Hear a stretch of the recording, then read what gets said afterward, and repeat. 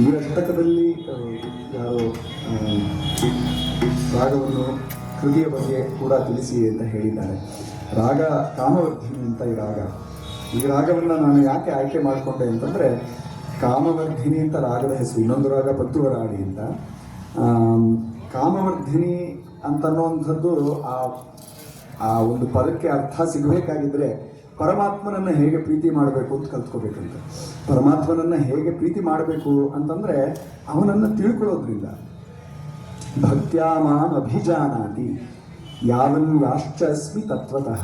ನಾನು ತತ್ವತಃ ಹೇಗಿದ್ದೀನೋ ಆ ಸ್ವರೂಪದಲ್ಲಿ ನನ್ನನ್ನು ತಿಳಿದ್ರೆ ಭಕ್ತಿಯಿಂದ, ಭಕ್ತಿಪೂರ್ವಕವಾಗಿ ಅಂದರೆ ಶ್ರದ್ಧೆಯಿಂದ, ನಮ್ಮ ಪೂರ್ವಜರು ಬಂದಿರುವಂತಹ ಶಂಕರ ಭಗವತ್ಪಾದಾಚಾರ್ಯರು ತೋರಿಸಿರುವಂತಹ ಮಾರ್ಗದಲ್ಲಿ ಅವನನ್ನು ತಿಳಿಯೋಕ್ಕೆ ಪ್ರಯತ್ನ ಪಟ್ಟರೆ ಸಾಕು, ಅದಾಗದೆ ಭಕ್ತಿ ಬರುತ್ತೆ ಅಂತ ನಮ್ಮಲ್ಲಿ ಈ ಅದ್ವೈತ ಭಕ್ತಿ ಏನಿದೆ, ಅದ್ವೈತ ಭಕ್ತಿಗಿಂತ ಉತ್ಕೃಷ್ಟವಾದಂತಹ ಭಕ್ತಿ ಇರೋಕ್ಕೆ ಸಾಧ್ಯ ಇಲ್ಲ. ಭಕ್ತಿ ಅಂದರೆ ಪ್ರೀತಿ ಮಾಡೋದು ಸರಿ, ಪ್ರೀತಿ ಹೇಗೆ ಮಾಡ್ತೀರಾ?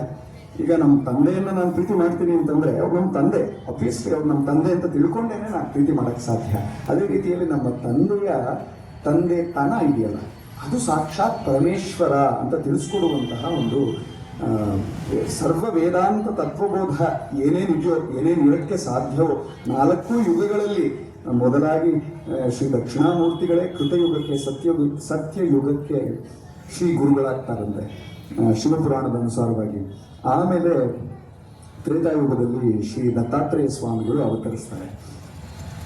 ದ್ವಾಪರ ಯುಗದಲ್ಲಿ ಶ್ರೀ ವ್ಯಾಸರು ಅವತರಿಸ್ತಾರೆ, ಗುರುವಿನ ಸ್ವರೂಪವನ್ನು ಧಾರಣೆ ಮಾಡಿಕೊಳ್ತಾರೆ. ಕಲಿಯುಗದಲ್ಲಿ ಸಾಕ್ಷಾತ್ ಶಂಕರ ಭಗವತ್ಪಾದಾಚಾರ್ಯರೇ ಗುರುವಿನ ಸ್ವರೂಪ. ಈ ಗುರು ಅನ್ನುವಂತಹ ತತ್ವ ಅದನ್ನು ಅರಿತುಬಿಟ್ರೆ ಗುರೋರ್ ಅಧಿಕಂ ತತ್ವಂ ನಾಸ್ತಿ. ಶಂಕರರು ತುಂಬ ಜಾಗಗಳಲ್ಲಿ ಹೇಳ್ತಾರೆ, ಗುರುವಿಗಿಂತ ದೊಡ್ಡ ತತ್ವ ಇಲ್ಲ. ಹೇಗೆ ತಂದೆ ತಾಯಿ ಅನ್ನುವಂತಹ ತತ್ವಕ್ಕಿಂತ ದೊಡ್ಡ ತತ್ವ ಹೇಗೂ ಏನಿಲ್ವೋ, ಇರಕ್ಕೆ ಸಾಧ್ಯವೂ ಇಲ್ವೋ. ನಮ್ಮ ತಾಯಿತನ ಸಾಕ್ಷಾತ್ ಪಾರ್ವತಿನೇ ಆಗಿದೆ. ನಮ್ಮ ತಂದೆತನ ಏನಿದೆ, ಈ ಸಾಮಾನ್ಯ ಕಾರಣ ಅಂದರೇನು, ಈ ಸೃಷ್ಟಿ ಕಾರಣ ಅಂದರೇನು, ಇದನ್ನು ತಿಳಿಸ್ಕೊಡುವಂತಹ ಒಂದು ತತ್ವಬೋಧ.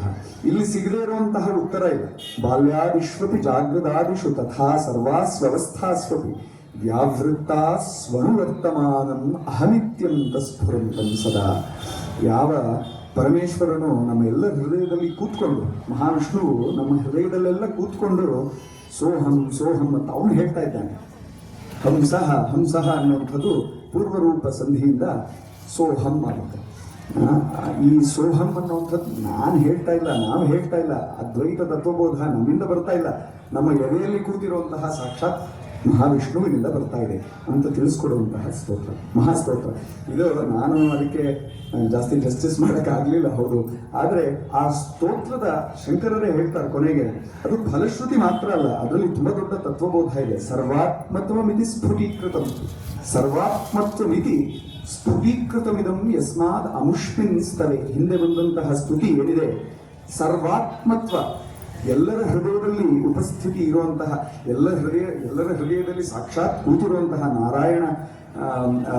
ನಾರಾಯಣ ಮಹಾಮಂತ್ರ ಏನಿದೆ, ಆ ಮಂತ್ರದ ತತ್ವಬೋಧವು ಇದೇನೆ. ನಾರಾಯಣೋಪನಿಷತ್ತಿನಲ್ಲೂ ಇದನ್ನೇ ಹೇಳ್ತಾರೆ. ತೈತ್ರಿಯ ಉಪನಿಷತ್ತು ಸತ್ಯಜ್ಞಾನಂ ಅನಂತಂ ಬ್ರಹ್ಮ ಅನ್ನುವಂತಹ ತತ್ವಬೋಧ ಏನಿದೆ, ಈ ತತ್ವವು ಎಲ್ಲೋ ದೂರ ಇಲ್ಲಪ್ಪ, ನಿನ್ನ ಮುಂದ್ಗಡೆ ಇಲ್ಲ. ವಿಶ್ವಂ ದರ್ಪಣ ದೃಶ್ಯಮಾನ ನಗರಿ ತುಲ್ಯಂ. ಮುಂದ್ಗಡೆ ನಮ್ಮ ಶ್ರೀಕಂಠೇಶ್ವರನನ್ನು ನೋಡಿದ್ರೆ ಅವನು ಎಷ್ಟು ಖಳೆ, ಎಷ್ಟು ಒಂದು ಯಾರೇ ನೋಡ್ಲಿ, ಪಾಶ್ಚಾತ್ಯರೇ ನೋಡ್ಲಿ, ನೇಚರೇ ಬಂದು ನೋಡ್ಲಿ, ಎಷ್ಟು ಸುಂದರವಾದಂತಹ ಶಿವಲಿಂಗ. ಆ ಶಿವಲಿಂಗಕ್ಕೆ ಅಭಿಷೇಕ ಅಂತೂ ನಡೀತಾ ಇದ್ರೆ ಆಹಾ, ಯಾವುದೋ ಒಂದು ಡಿವೈನ್ ಅಟ್ಮಾಸ್ಫಿಯರ್ ಕ್ರಿಯೇಟ್ ಆಗ್ತಾ ಇದೆಯಲ್ಲ ಅಂತೀವಲ್ಲ. ಯಾಕೆ ಅಂತಂದ್ರೆ ಅವನು ದರ್ಪಣ, ಅವನು ನಿರಂತರವಾಗಿ ನೀಡುವಂಥದ್ದು ಜ್ಞಾನವನ್ನು ಮಾತ್ರ. ಆ ಜ್ಞಾನದಿಂದನೇ ಮಿಕ್ಕ 3 ಪುರುಷಾರ್ಥ, 4 ಪುರುಷಾರ್ಥವೂ ಆ್ಯಕ್ಚುಲಿ ಜ್ಞಾನದಿಂದಲೇ ಸಾಧನೆ ಆಗಕ್ಕೆ ಸಾಧ್ಯ. ಇದೆಲ್ಲದರ ಫಲಶ್ರುತಿ ಸಿದ್ಧೇ ಪುನರಷ್ಟಧಾ ಪರಿಣತಂ ಅಂತಾರೆ ಶಂಕರಾಚಾರ್ಯರು. ಇದನ್ನು ಸುಮ್ಮನೆ ಕೇಳಿಸ್ಕೊಂಡು ತೇನಾಸ್ಯ ಶ್ರವಣ ತದರ್ಥ ಮನನ ಧ್ಯಾನಾಚ್ಚ ಸಂಕೀರ್ತನೆಯನ್ನ ಮಾಡಕ್ಕೆ. ಇನ್ಫ್ಯಾಕ್ಟ್ ನಮ್ಮ ಎಲ್ಲ ಸಂಗೀತ ಶಾಸ್ತ್ರದ ಕೂಡ ಇವಾಗ ಇನ್ನೇನು ಮೇ 9ನೇ ತಾರೀಕು ನಾವು ಸಂಗೀತ ಶಾಸ್ತ್ರ ದಿನಾಚರಣೆ ಅಂತ ಮಾಡ್ತಾ ಇದ್ದೀವಿ. ಅಲ್ಲಿ ಕೂಡ ಶಂಕರರದ್ದೇ ದೇಣ. ನಾಳೆಲ್ಲ ನಾಡಿದ್ದು ಶ್ರೀ ವಿದ್ಯಾರಣ್ಯ ಮಹಾಮುನಿಗಳ ಜಯಂತಿ. ಶ್ರೀ ವಿದ್ಯಾರಣ್ಯ ಮಹಾಮುನಿಗಳು ಕೊಟ್ಟಂತಹ ಒಂದು ತತ್ವಬೋಧದಿಂದ ಇವತ್ತಿನ ದಿವಸ ಶಾಸ್ತ್ರೀಯ ಸಂಗೀತ ಅಂತ ಉಳಿದಿರುವಂಥದ್ದು. ಶಂಕರರು, ಶ್ರೀ ವಿದ್ಯಾರಣ್ಯರು ಬೇರೆ ಅಲ್ವೇ ಅಲ್ಲ. ಇವರು ಕೊಟ್ಟಂತಹ ಈ ಒಂದು ದಕ್ಷಿಣಾಮೂರ್ತಿ ಸ್ತೋತ್ರದಿಂದ ಉಪಲಬ್ಧಿ ಇಲ್ಲದೆ ಇರುವಂತಹ ಯಾವುದೇ ನೀವು ಫೀಲ್ಡ್ ಅಂತ ತಗೊಳ್ಳಿ, ಯಾವುದೇ ಫೀಲ್ಡ್ ಎನಿ ಶಾಸ್ತ್ರ ಎಲ್ಲ ಶಾಸ್ತ್ರಗಳ ಹೃದಯ ಶಂಕರರೇ ಆಗಿರೋದ್ರಿಂದ ದಕ್ಷಿಣಾಮೂರ್ತಿ ಯಾರು? ಶಂಕರರೇ. ನಾನು ಮೊದಲು ಹೇಳಿದಂತಹ ಶ್ಲೋಕ ಅಜ್ಞಾನಾಂತರ್ಗಹನಪತಿತ ಆತ್ಮವಿದ್ಯೋಪದೇಶ. ಈ ಆತ್ಮವಿದ್ಯೋಪದೇಶದಿಂದ ನಮ್ಮೆಲ್ಲರನ್ನ ಉದ್ಧಾರ ಮಾಡ್ತಾನೆ ಬರ್ತಾ ಇರುವಂತಹ ಶ್ರೀ ಶಂಕರರ ಸ್ವರೂಪ ಯಾವುದು ಅಂತಂದ್ರೆ ವಟವಿಟಪಿನೋ ಮೂಲತೋ ನಿಷ್ಪತಂತಿ. ಅಲ್ಲಿ ಅದನ್ನ ತ್ಯಾಗ ಮಾಡಿ ವಟಮೂಲವನ್ನು ತ್ಯಾಗ ಮಾಡಿ ನಮ್ಮಲ್ಲಿ ಭೂಲೋಕದಲ್ಲಿ ಅವತರಿಸಿ ಆ ಪರಂಪರೆಯನ್ನು ಸೃಷ್ಟಿ ಮಾಡಿ 4 ಮಠಗಳನ್ನು ಪ್ರತಿಷ್ಠಾಪಿಸಿ ಎಲ್ಲ ಕಡೆ ಶಂಕರರ ಇಂಪ್ಯಾಕ್ಟ್ ಏನಿದೆ ಇವತ್ತಿನ ದಿವಸದ ತನಕ ಅಷ್ಟೇ ಅಲ್ಲ, ಇನ್ನು 4,32,000 ವರ್ಷ ಇದೆ ಕಲಿಯುಗ. ಅದು ಮುಗಿಯೋ ತನಕ ಶಂಕರರ ಇಂಪ್ಯಾಕ್ಟ್ ಏನಿದೆ. ಶಂಕರರ ಮಾರ್ಗವನ್ನು ಅನುಸರಿಸಿದ್ರೆ ಮಾತ್ರವೇ ವೇದಾಧ್ಯಯನ ಆಗಕ್ಕೆ ಸಾಧ್ಯ. ಶ್ರೀ ನಾರಾಯಣ ಸೂಕ್ತದ ಏನು ತತ್ವಬೋಧ ಇದೆಯೋ, ನಾರಾಯಣ ಉಪನಿಷತ್ತಿನ ಏನು ತತ್ವಬೋಧ ಇದೆಯೋ ಅದೆಲ್ಲ ಈ ಸ್ತೋತ್ರದಲ್ಲಿ. ಜಾಸ್ತಿ ನಾನು ಹೇಳಲ್ಲ, ಒಂದೊಂದು ಶ್ಲೋಕವನ್ನು ಒಂದು 3 hours 4 hours ಮಾತಾಡಿದ್ರೂ ಸಾಕಾಗಲ್ಲ, ಅಷ್ಟಿದೆ. ಬ್ರಹ್ಮಸೂತ್ರಗಳ ಮೂಲ ಅರ್ಥವನ್ನು ತಿಳಿಸ್ಕೊಡುವಂತಹ ಸ್ತೋತ್ರ. ಬ್ರಹ್ಮಸೂತ್ರಾದಿಗಳ ನಾವೇನು ಮಾಡಬಹುದು ಅಂದರೆ ಅದೆಲ್ಲ ನಮಗೆ ಅರ್ಥ ಆಗತ್ತಾ ಅಂತಂದರೆ ಇವೆಂಚುಲಿ ಈಗ ನನ್ನಂತಹ ಮೂರ್ಖರಿಗೆ ಅರ್ಥ ಆಗ್ತಾ ಇದೆ, ನಿಮಗೆ ಯಾಕೆ ಅರ್ಥ ಆಗಲ್ಲ? 100% ಅರ್ಥ ಆಗುತ್ತೆ. ನಾನು ಪಾಶ್ಚಾತ್ಯ ದೇಶಗಳಿಗೆ ಹೋಗಿ ಪಾಶ್ಚಾತ್ಯ ವಿಜ್ಞಾನವನ್ನು ಅರಿಯೋದಕ್ಕೆ ಅಂತಲೇ ನಾನು ಅಮೆರಿಕಾನಲ್ಲಿ 4 ವರ್ಷ ಇದ್ದೆ. ಅಲ್ಲಿಲ್ಲ ತತ್ವಬೋಧ, ಅಲ್ಲಿಲ್ಲ. ದಕ್ಷಿಣಾಮೂರ್ತಿಯಲ್ಲಿ ಇದೆ.